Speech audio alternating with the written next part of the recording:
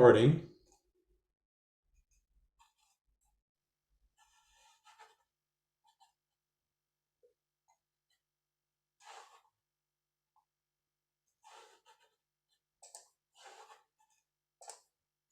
And I'm going to call up my screen. I'm going to share my screen. That's not the one I want to share. Let me make sure it's up, folks.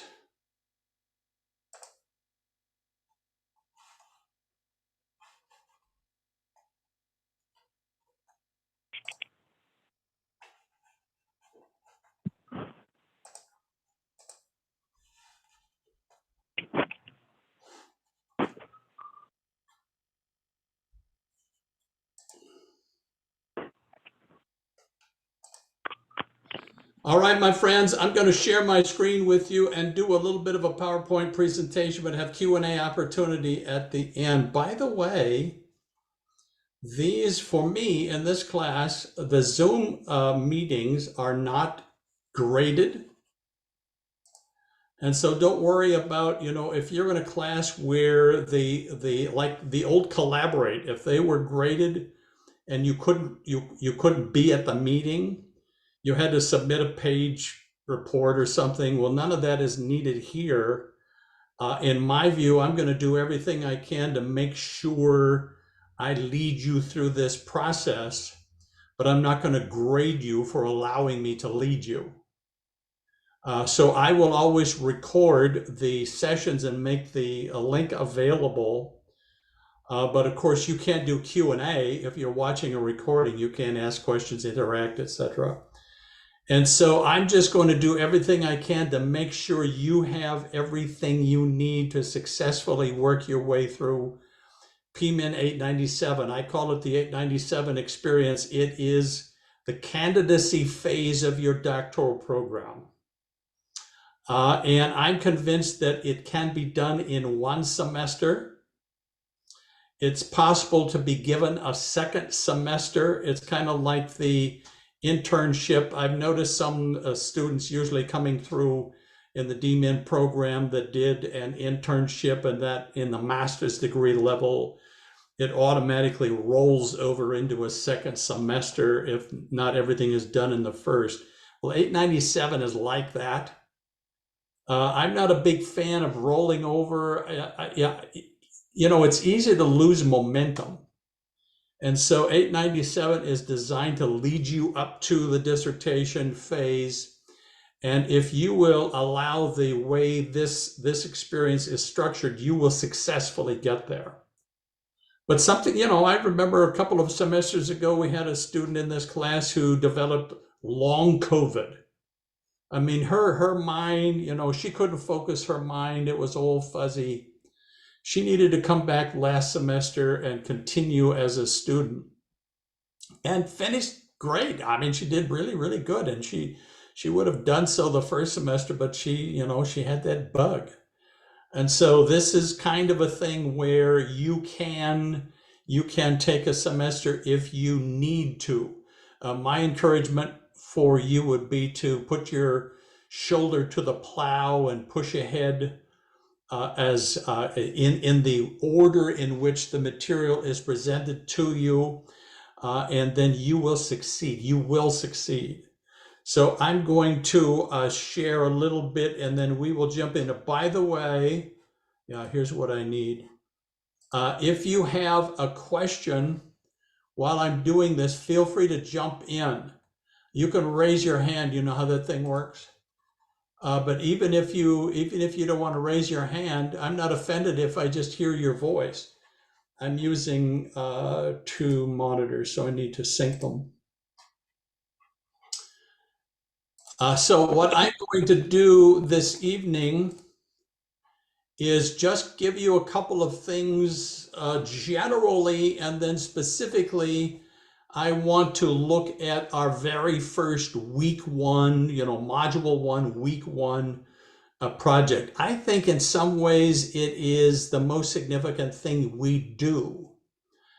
I know all of you took PMIN 700, and so occasionally I will comment on how that is different from what we're going to end up doing. So you remember at the end of PMIN700, I just got done grading a bunch of these myself. You did a partial proposal.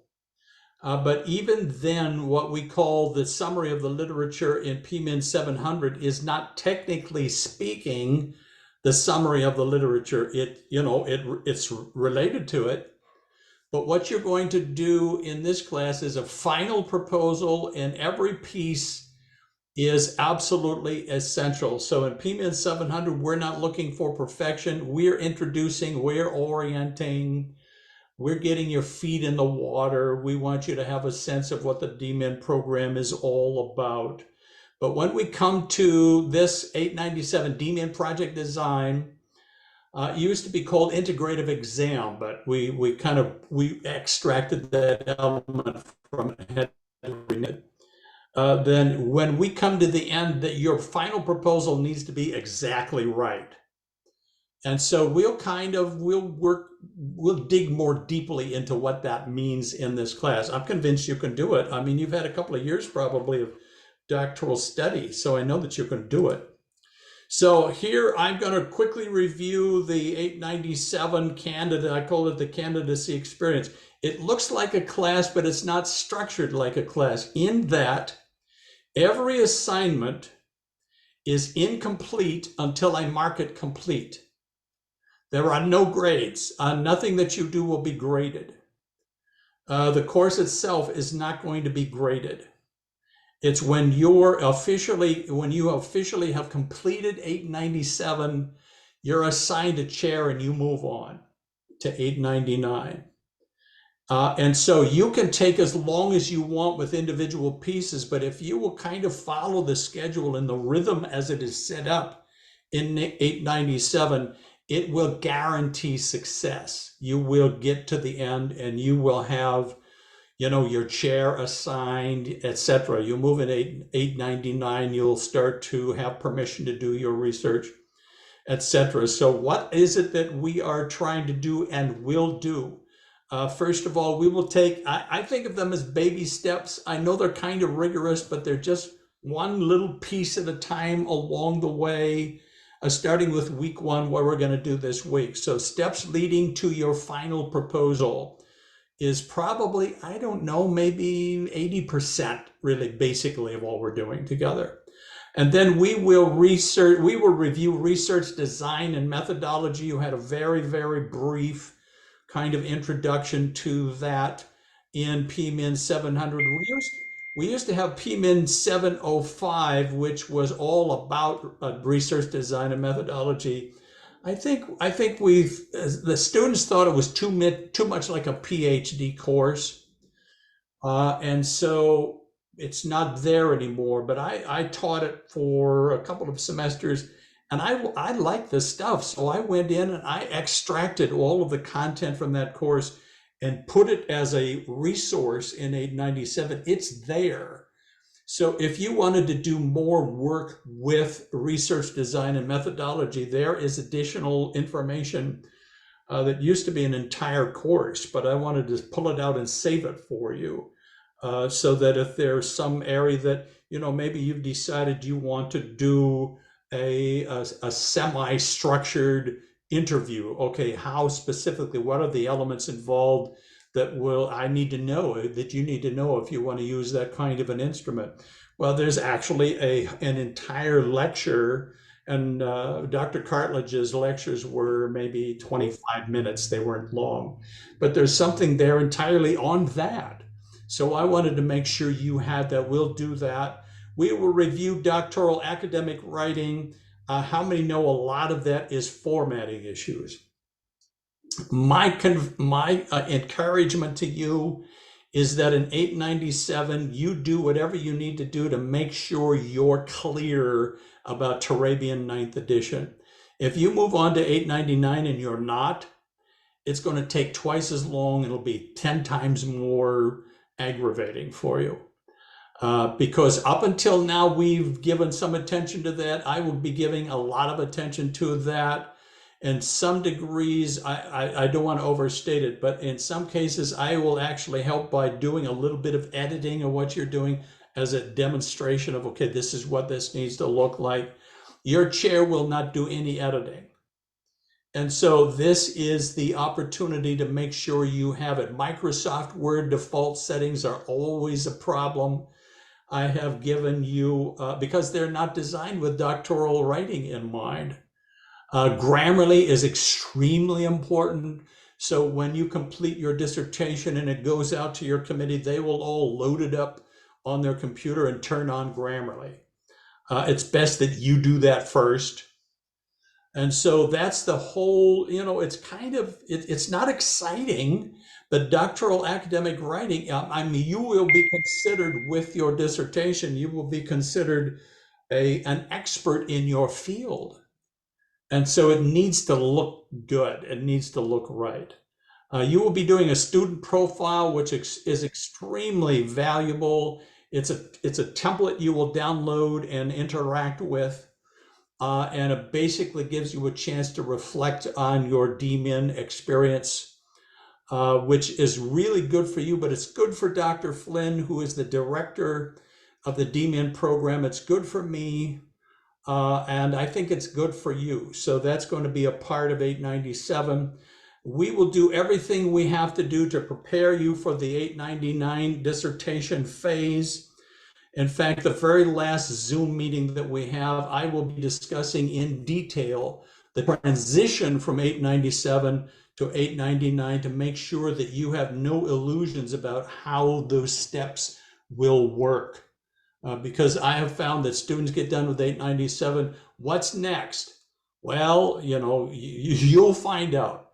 But I don't know that that's helpful enough. So I want to really unpack the transition for you in as much detail as I can. Make sure you're realistic about how long all of it is going to take, etc. And then we will begin the human subjects review process. You will have access to the application form, but you cannot submit an application to Dr. Flynn until 897 is you've clearly completed it. But also there is a CITI training course that's required before you do the application. You can do that in this class. Now, granted, you don't want to do that until you come closer to the end, because you're going to be busy doing other things until you're done with your proposal. So those are our goals. And in almost every case, the spring semester, we had 12 students in this class. I think we have 11 now in the summer. 10 out of 12 moved ahead to 899. And so they're going to be great. They're going to be great. They've got their chair assigned, etc., and they're going to go forward into their dissertation phase. Module 1, 2-week modules. So we have several 2-week modules. We have 2 3-week modules, and I'll unpack them as we go forward. I will give you a video announcement every week with PowerPoint presentation to try to keep you up, catch you up, etc. So week 1 is a peer review discussion. Now you will discover that the peer review so-called, and there are only 3 of them that are called peer review, use the discussion board. So they don't look any different. The peer review element comes into play every time we have a major piece of the proposal. So in week 1, it's the statement of the problem question. Then there will be a peer review for the summary of the literature section. And then there will be a peer review for the biblical, theological, and historical foundations section, because they're key moments. So all we add to the discussion forum is a sheet of paper that contains a detailed description of that assignment, and then kind of a rubric that you can use to provide specific feedback to other members of your group. And so they all use your same discussion group board. So it will look the same. It's just when it's called peer review that we just add the element of a document that contains a specific description of that assignment, as well as a rubric you can use to provide some feedback for other members of your group. Groups are quite small, so you will get used to working with one another as you go forward. The statement of the problem question is your research bullseye. You just kind of barely started that process in PMIN700. We're in week 1 going to refine it. Week 2 will be in the discussion forum. It's not peer review, it's still in the discussion board, where you will post an annotated bibliography. You remember that from PMIN700. This is just slightly enlarged, and we're assuming that you've continued to do some research along the way, and this is your opportunity to kind of bring up to date what you consider to be the most relevant and useful sources in your research. So let's do this together. A statement of the problem question has 5 elements that must be in place. Now, I need to tell you, whenever you jump into your group, your discussion group, you're using the discussion board, and in week 1, there's that little document that's why we call it a peer review opportunity. I will always participate for every single person. To be able to say, not necessarily from day 1, but to be able to say, okay, remember these 5 elements that need to be there. You need to tighten down on this one element. So again, I'm your partner in this process. So I'm not here to critique you. I'm here to guarantee your success. So I want to explain it in detail. So what we have in week 1 is the statement of the problem question. Now, when you were in PMIN700, you thought of it as your research focus. And that's more broadly definitely true, but this becomes even a tighter expression of what you feel you want to do going forward. These 5 elements must be there. And so we're looking for them specifically. The question, first of all, you're creating a research question and you're beginning to explore that question. That was the focus in PMIN700. So when you did what was called a lit review, or I think the final assignment also calls it the summary of the literature, basically dealt with that issue alone.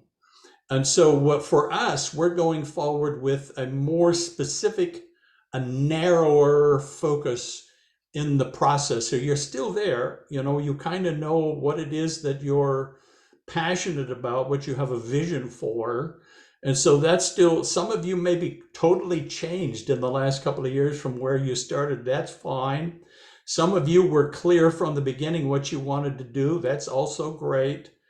This is where we need to really refine where you want to go in this process. The second thing is a problem. And we definitely bring that up from the beginning, but this is where we become more specific. You're defining a problem to be investigated. Now, maybe you don't like the word problem. If you're an optimist, you can think of it as an opportunity, a challenge, some kind of an issue in your context that is important in your mind and is something that you want to address in a specific kind of way. So you're going to define the problem to be investigated. Number 2. Number 3 is this whole issue of project design. Now, you can't say a lot about that, but you're going to use words that summarize the design of the approach you're going to take to solving the problem. So you remember, project design is mostly about the kinds of instruments you want to use to collect data. So that's where you're going to end up. But here with this one sentence, you're just kind of implying what that's going to be, because you can't state it in a lot of detail, or you end up with a paragraph, not a sentence. And then the 4th element, again, is methodology, where you're going to summarize how you're going to measure the results of your approach. So you have project design, that's all about the ways you're going to collect data. And then you have research methodology, which is about the ways you're going to analyze the data you collected. They will become chapter 4 and chapter 5 of your dissertation. But for the statement of the problem question, you can't say much. You're kind of implying what it is that you hope to be able to do. Now, I need to tell you from day one, here we are on Tuesday night of the first week. You don't actually know the details of your ministry project until your HSR application is approved, because it's that process that defines all the details of your project. And so until it's approved, and there are situations I know of where Dr. Flynn, your chair doesn't do that, Dr. Flynn does that. It used to be Dr. Story, but now it's Dr. Flynn, will say, you know, that's not going to work. Usually because you're proposing that you access a vulnerable population, or maybe your project is going to take 3 years and we know you don't want to take 3 years, or whatever the case might be. He's going to help you mold the details with your project and your well-being in mind as a DMin student. And so you're just implying it in your initial problem question. And then finally, and this is a thing that's oftentimes not narrow enough, there needs to be an indication of a location, a research context, a clear description of your specific research. Now, this is what makes it applied research. So you're not testing a theory in general, you're testing a specific a programmatic idea or problem in a very specific context. So the more specific the context, the easier it's going to be. If it's a broad context, the more work you're going to have to do in research, the more work you're going to have to do to collect and analyze data. The narrower it can be, the better. So immediately, doctor of ministry students want to know, well, then how is it usable to anybody other than me? Well, if you thoroughly test your intervention in a specific research context, it's generalizable in that you've drawn at the end very specific conclusions. Somebody else can come along and say, you know, I'm going to use that as a model, and I'm going to do research in my context using a doctor's model, and it can be applied to almost any a similar context to the one that you're dealing with. So believe me, even though you have a narrow focus, the results will be generalizable in that sense. Let's do a couple of things, then I'm gonna have you jump in. This is on the document in your peer review when we come to week 1 and there's a peer review assignment. There is a document assigned that has all of the details of the statement of the problem question. So this is the statement that is given on that document. So I'm going to use that, and then I'm going to add one I had from a couple of semesters ago. So what should constitute an effective and contextualized curriculum for training lay leaders to discern their ministry calling in the inner city Assemblies of God churches of Annapolis, Maryland? So is it a question? Well, obviously the wording begins in a way that implies that it is going to be a question. In other words, your project is not designed to be an advertisement. You're not there to support an idea or an approach to an idea.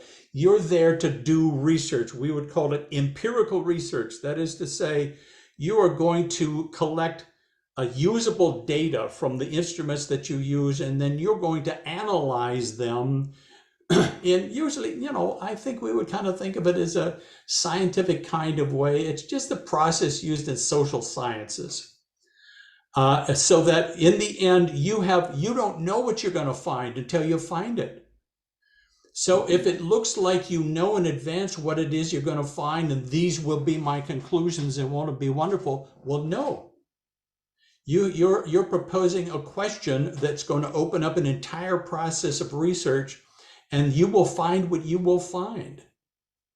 And there's no telling what that might be. So it's important to start with this sense that this is a research question. I don't know what I'm going to find, but I feel like I need to dive into this situation and find whatever it is, whatever the data says. Follow the evidence, as we say.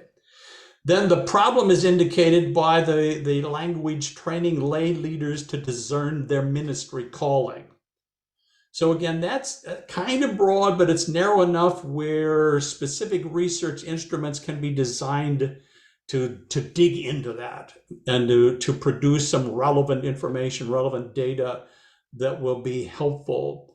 The project design refers to a contextualized curriculum. Now, the word curriculum means that a particular project is designed to use an educational intervention. Educational intervention is the easiest research model, I have to tell you up front, the easiest research model to use, because you design an educational piece. A curriculum is a large word, but maybe it's a 5-part workshop that you're going to do online, or maybe it's some kind of a seminar. Maybe it is a class that's going to be used in a group of small groups, but you're going to do a pre-test, you're going to teach your content, you're going to do a post-test that has the exact same questions, so you can discover what they knew before they got your teaching and what they knew as a result. You're hoping that they were listening, what they knew as a result. And then to triangulate the data, you probably do a couple of interviews and then put it all together. That's the easiest research instrument to use in this kind of a doctoral program. The very fact that it refers to a contextualized curriculum indicates that that's what they're going to go for. That's what they're going to go for. In terms of research methodology, just the word constitute and effective means that they want to test for effectiveness. So what is that going to mean? We don't necessarily know upfront what that will mean, because as you know, research methodology is about qualitative and quantitative and mixed methods research approaches to analyzing the data. And you may decide to do a little bit of both. I find that most students decide to do a mixed method. I hate to tell you, here's one of last semester's, I'll have to call them back. I sometimes will try to talk students out of doing a quantitative instrument, because it becomes its own project. And so you need to learn statistical analysis. Well, do I really want to do that? I didn't know I was going to have to do that. Well, unless you do, and then you use a software package to test various kinds of statistics. You're going to look at a correlational data analysis, et cetera, et cetera.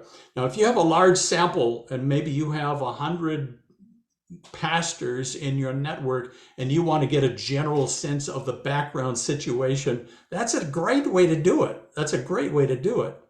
But if you have a more narrow situation and you don't have 100 people in your sample, people are participating in your project, maybe you've just got 10, 12, 15, whatever the case may be, then you don't need to do something like that. I mean, qualitative data is just fine. So in the end, you kind of, you massage that and you think, well, really, what would be the best way to analyze my data? And then the location, which is extremely important, was indicated in the inner city Assemblies of God churches of Annapolis, Maryland. I suppose the narrowest possible research context would be a specific congregation. Sometimes, unless it's larger, a larger congregation, you don't get enough data. I have a 899 student. We just scheduled his defense for June, and he was in rural Virginia. And he was one of these pastors who was given 3 small congregations to oversee. So he needed to be able to actually get data from all 3 congregations, work them together, etc. It depends on how many participants that you have or need. And so this one, inner city, so I don't know how many inner city Assemblies of God churches there are in Annapolis, Maryland, but this was an indication that was going to be the research content. It is literally that simple, but that essential, because once you have this sentence, then everything depends on it. Your background research will be with that in mind. Obviously, your project development, your project design, etc., is going to be with that bullseye in mind. So that's why week number 1 is so important to us.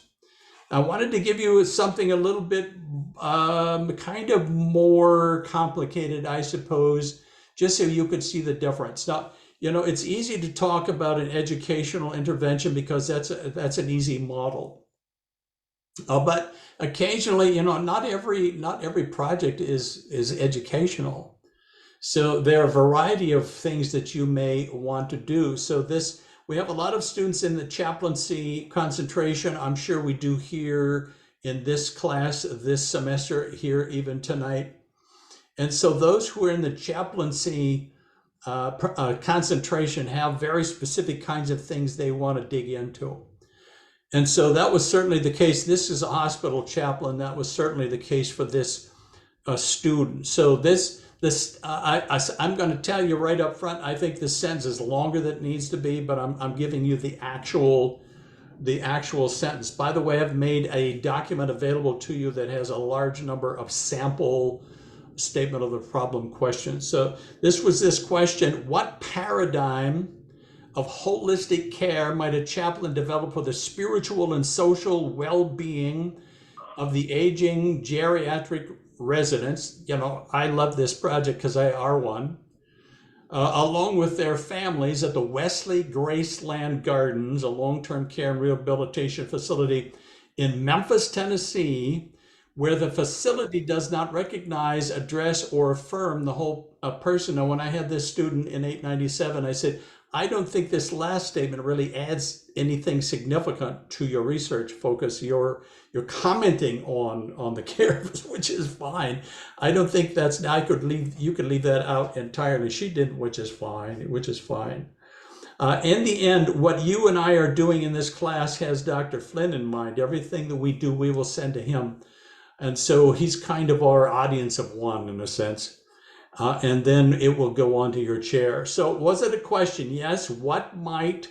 So clearly we are proposing a research question. We don't know what we're going to find until we find it. So our job is to collect data and then analyze the data. That's what's always implied. So how about the problem, the specific thing that this person really wants to dig into? Well, it's the spiritual and social well-being of the aging geriatric residents along with their families. And then she added this at the end, where the facility does not recognize, address, or affirm the whole personnel. If I can comment, I'm not here to critique this sentence. I've already done that in the past. But the more words you add, the more you need to carefully define them in your research. So for instance, I just had a great student in PMIN897 who wanted to propose that there was a problem of male narcissism in the church that was having a negative effect on the sisters, etc. I'm not going to attempt to go in because it's PMIN897, you're just getting your toe in the water. You really don't know for sure. But I said the problem is if you use the word narcissism, you're going to have to dig into all of the psychological psychological sources and a literature to carefully define what that is so that you can determine whether or not, okay, is this guy narcissistic or is he just egotistical? So I recommend you leave the word out. Once again, the idea, let's accomplish your goal without doing a lot of unnecessary research, if I could put it that way. And so when she added where the facility does not recognize, address, or affirm the whole person, well, what does it mean then to recognize, address, and affirm the whole person? What does that mean? What does the literature tell us about what that means? And why is that an issue? Well, that's like, it adds a whole lump of research that really is not necessary in order to accomplish the goal, if you kind of know what I mean. So I'm just commenting. She's probably done with her dissertation, did a great job. So how about project design? It's implied by the phrase paradigm of holistic care. In other words, she's not going to test an educational intervention. She's going to test a model, a a pattern. She's going to test a model. Now, testing a model is more complicated because the model needs multiple elements.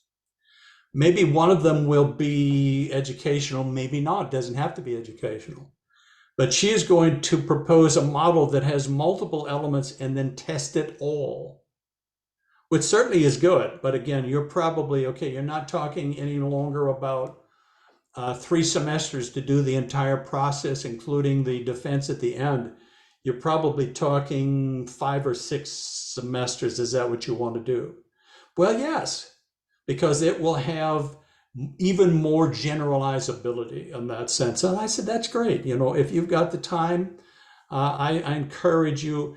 Now, for some of my students, I said, can you imagine then a postdoc research project? So let's complete your doctorate ministry process, and then imagine what you might want to do in addition to that after you're Dr. So-and-so now, and now you want to, you know, that's how PhDs end up writing a lot of peer-reviewed journal articles and present in, you know, scholarly conventions, conferences, etc., as they did their basic kind of a piece in their degree project, and then they just kept adding to it as they went. So sometimes it's okay to not try to do everything in your DMin project. So she's going to test a model. I'm sure she is testing a model. The methodology is implied in the words, might a chaplain develop for? In other words, her goal ultimately is to analyze data that's relevant to chaplains. So she's not going to analyze data that's relevant to residents of the facility. So that's going to very specifically direct her as to how to gauge whether or not she's finding stuff that's relevant. How do we know that it's relevant? Well, it's got to be usable specifically to chaplains, which means she's going to need to access chaplains. She's going to have to do some kind of an interview. She maybe even will want to do a survey or a focus group, whatever she decides to do. So that's what's implied in the language, might a chaplain develop for, etc. And then again, the specific research context at the Wesley Graceland Gardens. It sounds like Elvis Presley is involved somewhere there. A long-term care and rehabilitation facility in Memphis, Tennessee. Now, I gave you and I need to go in and make sure Canvas has everything that I had in Blackboard. I gave you a document that has several sample, and I'm going to stop sharing now because I want to talk to you more eyeball to eyeball.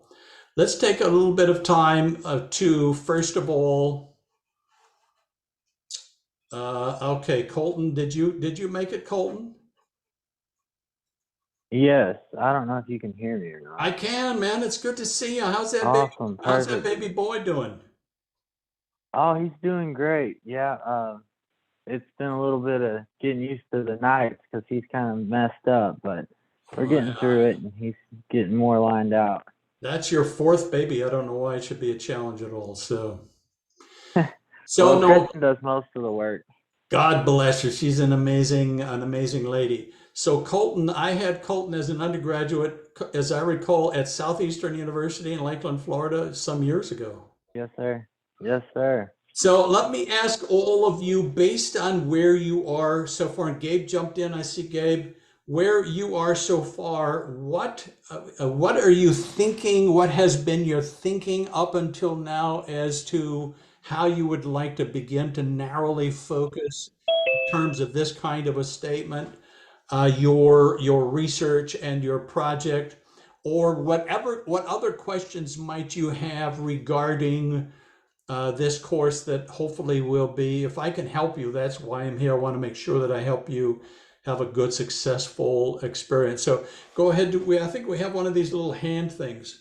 You can use that or just signal me with your actual hand, and we'll jump in and interact on all of this stuff. Go ahead. Anybody jump in.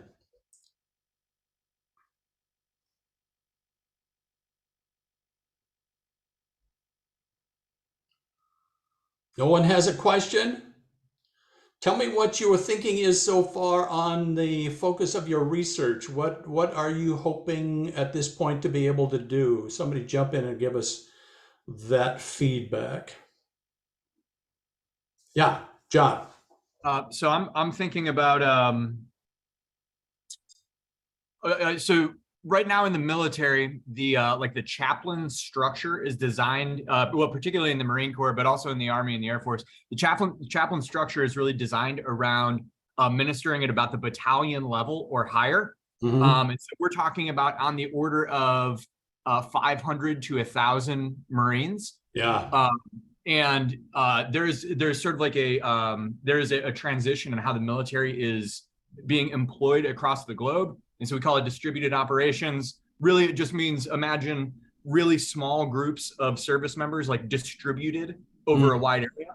Thus, I observed that like basically the chaplain corps is not designed in a way that it can minister to those Marines in any real like reasonable fashion. So what I'm thinking of doing is designing, so then subordinate to the chaplain corps, we have this concept called a lay leader, but really a lay leader is like an assignment from a commander level down. So it's really just like a piece of paper that says, John's a lay leader now. And so I'm looking at designing probably like a discipleship model intended to help faithful Marines, Christian faithful Marines be able to, sort of practice their faith and sort of gather together as believers in this like distributed context. I'd like to design something that gives a little bit more substance to the individual lay leader. And I can kind of nuance the problems that I see in that denominational differences and all this, sort of like a collective agreement on orthodoxy and these things that bind us together as believers. I'm on an outpost on one of the most remote islands in the Philippines right now with 5 guys. Chaps can't make it. Chaps can't even it's not gonna happen. And so I guess it's helpful that I'm where I'm at in my study or whatever, but I am the spiritual leader for these guys on tough days. There is not a structure currently in place to help prepare people for that. So that's what I'm working on. Can you do some remote stuff, John, with small groups? Yeah, absolutely. And I think that's one of the models that I'm going to look at. Actually, from one of my last classes, we were divided up into these small groups, and I had not anticipated that being a model that I was going to interact with. But we were broken into these small groups, and it was a 3 of us together and doing interaction much like this right now. And I was, I'm about halfway. I'm about 3 months into a deployment, and being with those guys for the first 3 months of the deployment was an incredible encouragement. They're not military guys, but they're my colleagues in class, and it was an incredible encouragement. So I think I'm going to work on that, designing. How could that be structured? I was even looking at how we're doing it right now, and like Colton is the only one whose audio isn't encrypted. So even through Zoom, I can have encrypted audio with my colleagues disaggregated. I mean, there's a ton of potential there. That's excellent. That's excellent. Roy says he'd like to examine your model when you're done. Roy's one of our many veterans. John, I have an active duty Marine chaplain who's doing his doctorate. I'm encouraged, John, in that it seems like what you want to test is going to be more structural, so probably easier to do an HSR application, because in the Marines, Dr. Flynn has to approve your application, but so does somebody in the chain of command have to approve your application. And Eric, who is our chaplain, wanted to study the subject of moral injury. So the folks in the chain of command thought, well, that could be risky if we start dealing with that, among the folks. You'll learn something you didn't want to know. I know, exactly right. And so it's taking him forever to get the chain of command to approve his.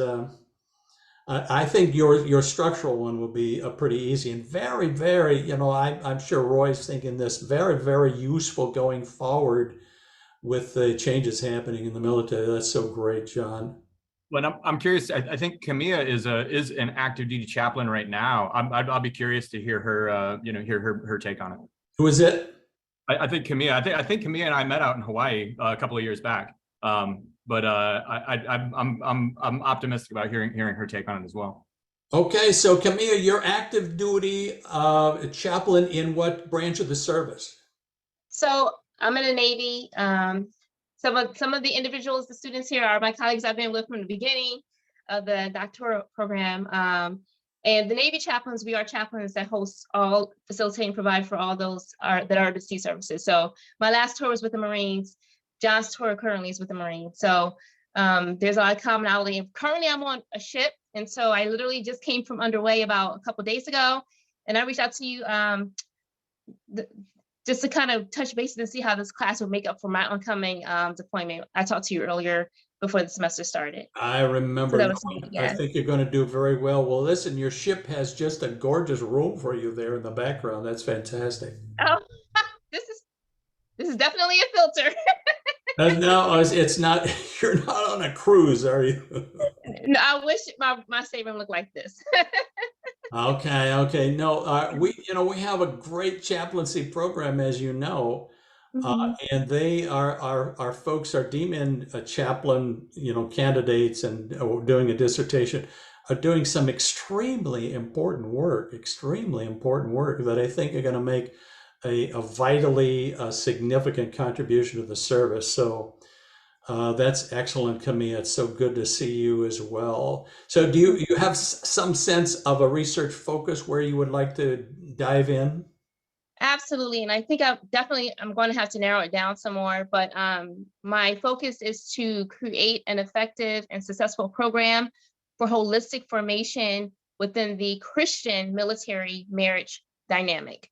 So the goal is to kind of focus on Christian military family members, and to basically create a program and kind of do some measurement from that, but with some quantitative focus, but mostly qualitative. And I was reading some of the books, so it's going to have more of that mixture in there, but that's the goal, is to kind of hone in on more of what that looks like for Christian military families. That's so good. That's so excellent. Thank you for doing that. Thank you. Anyone else share with us where you think you would like to go, going forward? Tracy? I can go next. Yeah, hi. So my goal is to focus on developing a coaching curriculum for licensed ministers who want to become executive pastors or senior pastors in the Baptist church. So are you going to look, and you're not just going to look at a tradition, but you're going to maybe focus your data collection on a certain group of pastors or whatever? Well, actually, it's the African American Baptist Church, and I was gearing it toward my church, Second Calvary, and the reason is because when I was a minister in training, we have training courses, but there was nothing geared specifically to like ministers in training. Now there are, but there's nothing specifically geared toward licensed ministers who want to take that next level. And there's like really no coaching in place. There's no assessments as to where like my pastor may think I am as a person or individual to even, be prepared for to become a pastor and things like that. I'm a firm believer that the pastor should have an interest in where their ministers, where they want to go, what they want to do. So that is why I wanted to go through this journey, and I'm looking at this. And now I say coaching curriculum, but I'm kind of like, well, I don't know exactly really what that what that means, what that looks like, because to me it could be two parts, like a coaching aspect, but then like a curriculum aspect. And I don't know if I want to do both or not, because coaching is different from like training. Yeah. So do you want to train or do you want to coach? One of the benefits of doing testing a model is that it can have an educational piece, but also the assessments that you measured. Okay, I want to test several assessments and see which one in the end I like best, or which two I like best. So you can do several pieces like that in developing a model, which might be even better for you because you're not just training, you're assessing as well. Yes, and the one thing that I do like about this project is that I have friends in other churches, and I did ask them. I said, "Well, what does your pastor? Does he or she coach you, or do you have training?" They're like, "No, we don't have this," and they are always looking for more. And I even somewhat surveyed some of the ministers within my church just to kind of get a feel to see if I was on the right track, and they said that they would welcome something like that because we don't really have that. And even my pastor was like, he goes, "Well, I'll do it." So he's given me permission. We have like 31 ministers at our church, and I would say probably half and half, female and male. And so I'm hoping that I would be able to use them to take my assessments or what have you. I also kind of feel like I almost kind of feel like I wonder if what the pastor thinks the licensed ministers need to become a pastor. It's the same thing that the licensed ministers feel like they need. Like, is there a disconnect somewhere? Because I think sometimes people put training out there without even assessing what people really need and where they are in the developmental stage. Or they maybe needed it 50 years ago, but they don't need it anymore. Exactly. So those are the kind of things that I'm thinking about for this particular piece. I'm hoping to streamline it here. Do some interviewing maybe of pastors at Missionary Baptist Church. It's a African American Baptist church. It's not so like, can I do like it? General Baptist or General Baptist. I pastored for many years in Georgia, so I'm very familiar with all of the groups. Yeah, so I was wondering, because like we belong to like the Virginia Baptist State Convention. Oh, okay. The national. And so while I'm looking at my church in particular, and just kind of wondering if there's a disconnect between what licensed ministers think versus what pastors think. If there's maybe room for me to look at that and maybe tap into like the Virginia Baptist State Conventions or whatever, just happen to their database and maybe survey some pastors there. I don't know. That would be your source of quantitative data. Yeah. Easily accessible. Well, I don't want to be here for 6 semesters. No, I know it. So you still want to you want to focus your data collecting process to give you what you need, but not more than what you need. Yeah. And sometimes you don't know that until you're in it. Okay. So that's important. You remember the old spiritual gifts discovery questionnaires that they used to give us? I remember when I was a young pastor, sometimes we don't know what it is we're going to find. So I planted a church in my youth. I mean, I was 21 years old. And then I served as a senior pastor. And then after that, I was an executive pastor in 2 different settings. And I found out I'm much better at that. But what young guy wants to be the church administrator? Nobody. Except I have a gift of administration, but I'm not really a great preacher. So you don't know that. It'd be kind of nice to know that early on, so we don't waste any more time or waste any more of the congregation's time than we absolutely need to. Yeah. So thank you for sharing that. So I'm hoping that by the end of this course, I would have streamlined what it is that I'm really trying to accomplish here. And if you have questions, it's okay, Tracy, because then you and Dr. Flynn in the HSR application process will massage the detailed questions, because they're literally forms. If you're going to interview somebody or use somebody as a participant, you need to get them to sign the form, and you're going to explain to them in the form what it is you want to do. Well, you don't really know that until you're in that HSR application. Mhm. And Dr. Flynn is extremely good at saying, let me recommend that you, and Okay. yeah, I wouldn't worry about having it all figured out this semester, but certainly by probably 3 or 4 weeks into the fall, you will have it all figured out. Okay. All right. That's all I have to share today. Thank you. But thank you. Anybody else before I let you go? Anybody else want to tell us, Mr. Roy? Father Roy. One level down from what I am. I'm the presiding archbishop of the church that I'm one of the founders of. We're an independent Catholic church. And one of the problems that I've run into is with the people in religious life. That would be your brothers, your nuns, and as well as the ordained folks in the 7 levels of the ordination of clergy, is they don't fully understand what the role of the bishop is as it relates to them. I keep getting complaints about, oh, when are you going to ordain me to be a deacon, or when are you going to ordain me into the priesthood?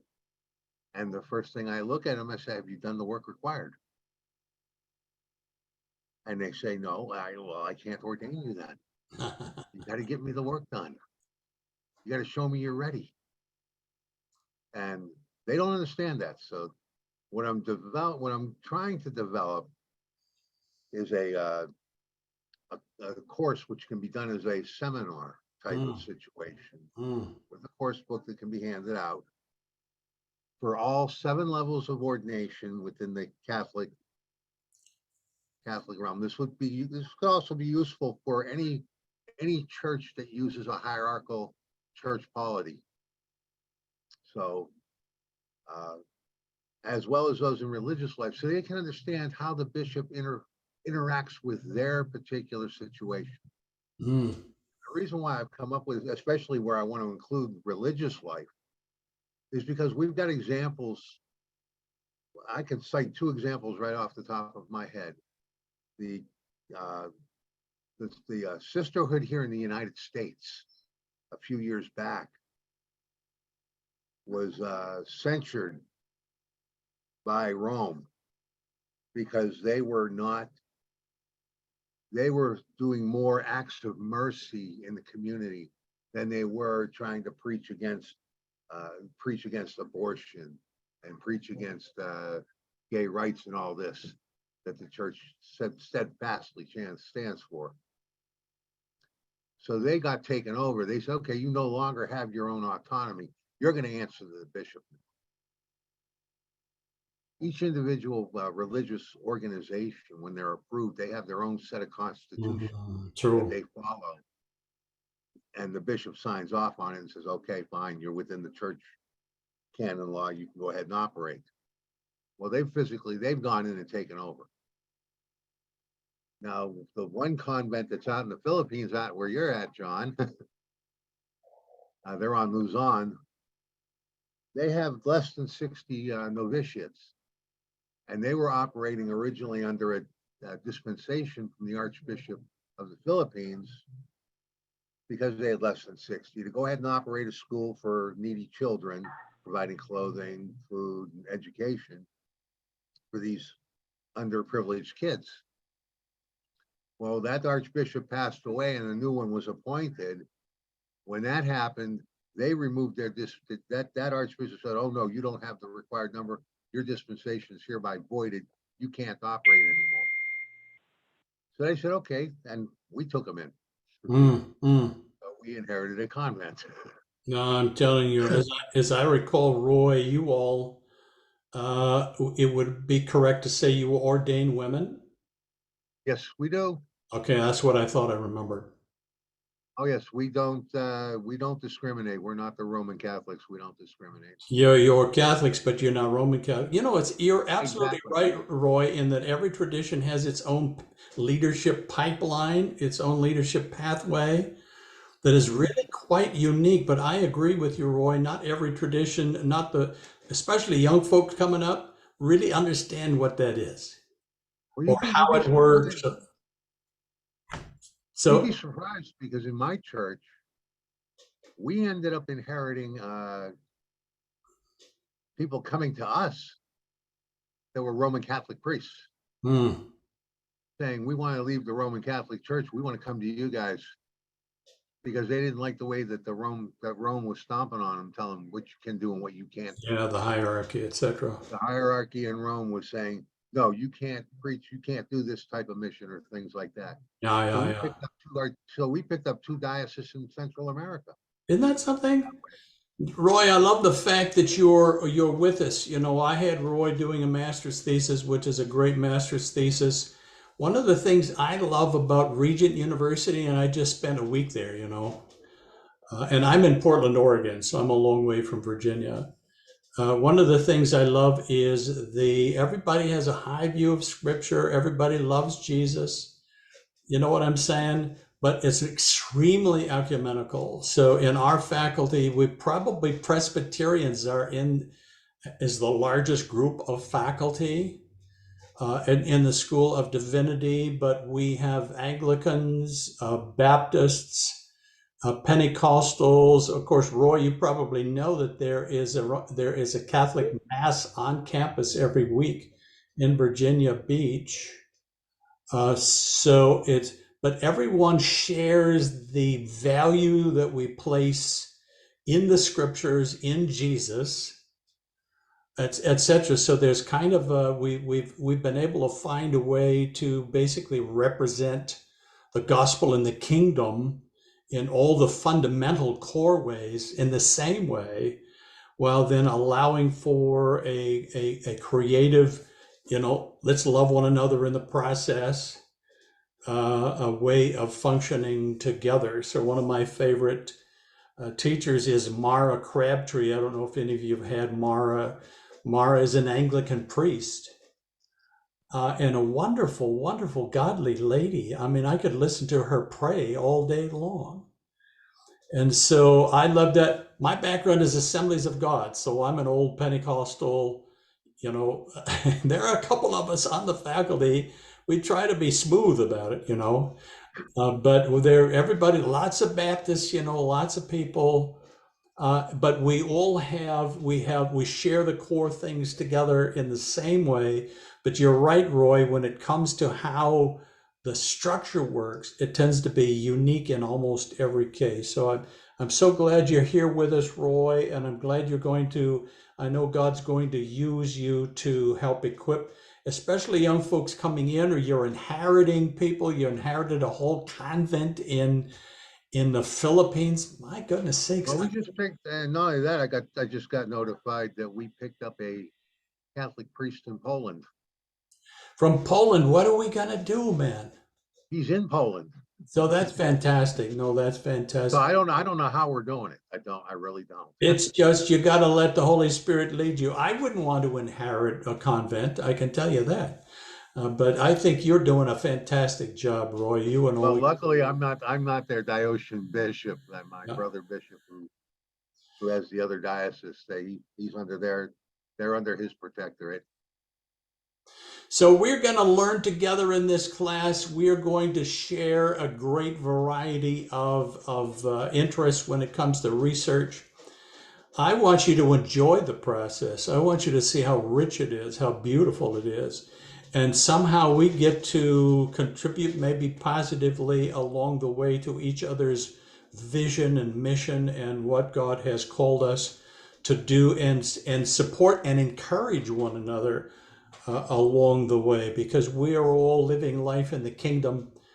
We're Jesus people. You know, I recently saw that movie, The Jesus Revolution. I don't know if you've seen it or not. It was like a flashback for me, because that's where I came to Christ in that context. It all came back, you know. So those were interesting days in the 60s. But we all share a very important legacy. And not only do we share it, in the end, we're going to pass it along as well, aren't we? And a huge part of that process is what you're doing in this class. and then in your project. Can I pray for you before I let you go? And it's later there on the East Coast.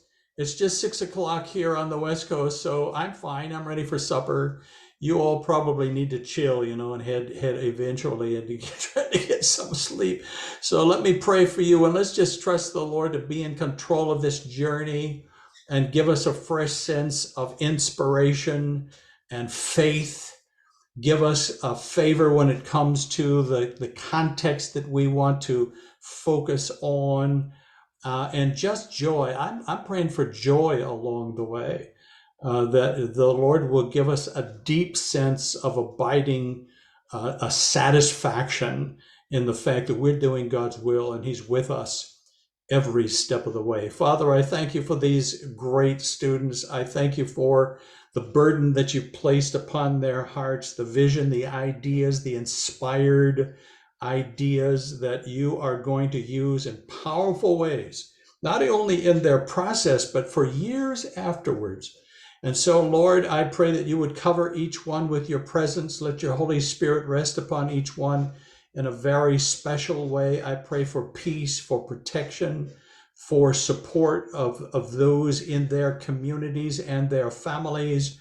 I pray that you would bless them every step of the way. Let them sense that your hand is upon them, that you're guiding them, you're in control, and that you're going to be glorified in every step of their process. We give this semester to you, we give this candidacy process to you, and we thank you in advance for just the ability to succeed and do everything that needs to be done to carry us forward. We thank you for that in Jesus' name. Amen. God bless you, my friends. It's so good to see you. I'm going to stop the recording.